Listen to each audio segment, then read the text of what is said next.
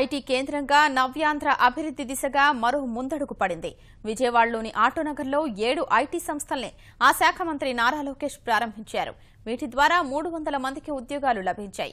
సంస్థల ప్రారంభోత్సవానికి మరో మంత్రి దేవినేని ఉమతో పాటు స్థానిక ఎంపీ కేశినేని నాని, ఎమ్మెల్యేలు గద్దె రామ్మోహన్, బోడే ప్రసాద్ హాజరయ్యారు. ఐటీ సంస్థల ప్రారంభోత్సవం అనంతరం కంపెనీల ప్రతినిధులతో కాసేపు ముచ్చటించిన లోకేష్ సంస్థల వివరాలు అడిగి తెలుసుకున్నారు.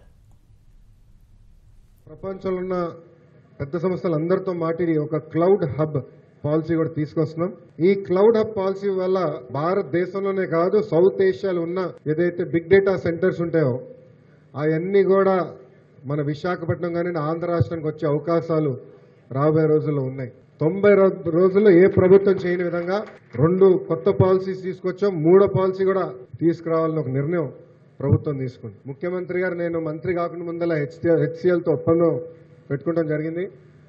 దాంట్లో భాగంగా వాళ్ళు మొదటి దశలో 15 ఎకరాలు అడిగారు. కానీ ఆంధ్ర రాష్ట్రంలో ఉన్న పొటెన్షియల్ చూసి వాళ్ళు ఇప్పుడు 30 ఎకరాలు అడుగుతాం జరిగింది. ఆనాడు 3000 మందికి ఒప్పందం కుదిరించుకుంటే ఇప్పుడు 7000 మందికి ఉద్యోగాలు ఇస్తామని నవంబర్ నెలాఖరు కల్లా ఫస్ట్ బిల్లింగ్ అమరావతి నుంచి ఇవ్వాలన్న ఆలోచనతో వాళ్ళు కూడా ఉన్నారు.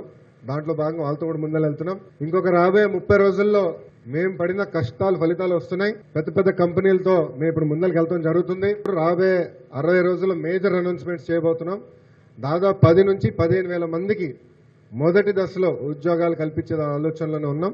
2019 లోపల 1,00,000 ఐటీ ఉద్యోగాలు నేను మన రాష్ట్రం ఆంధ్రప్రదేశ్ రాష్ట్రంలో క్రియేట్ చేస్తానని ఆ రోజు నేను హామీ ఇచ్చాను.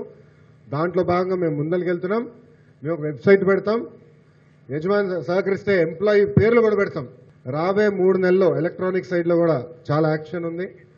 కార్బన్ అన్న సెల్ ఫోన్ కంపెనీ వాళ్ళ కంపెనీ ఓపెనింగ్ సెప్టెంబర్ అని మేము పెట్టుకున్నాం. అక్టోబర్లో డిక్సన్ అని ఏదైతే మన సెటప్ బాక్సెస్ ఉన్నాయి, కన్జ్యూమర్ డ్యూరబుల్స్ అని వాళ్ళు కూడా తయారు చేస్తున్నారు. వాళ్ళు కూడా సెప్టెంబర్ కానీ అక్టోబర్లో కానీ వాళ్ళు కూడా ప్రారంభిస్తారని చెప్పడం జరిగింది. ఐటీ పరంగా 1,00,000 ఉద్యోగాలు, ఒక రేణుగుంటలోనే అంటే రాయలసీమ ప్రాంతంలోనే 1,00,000 ఎలక్ట్రానిక్ ఉద్యోగాలు కూడా తెలుగుదేశం పార్టీ కల్పిస్తుందని ఆనాడు హామీ ఇస్తాం జరిగింది.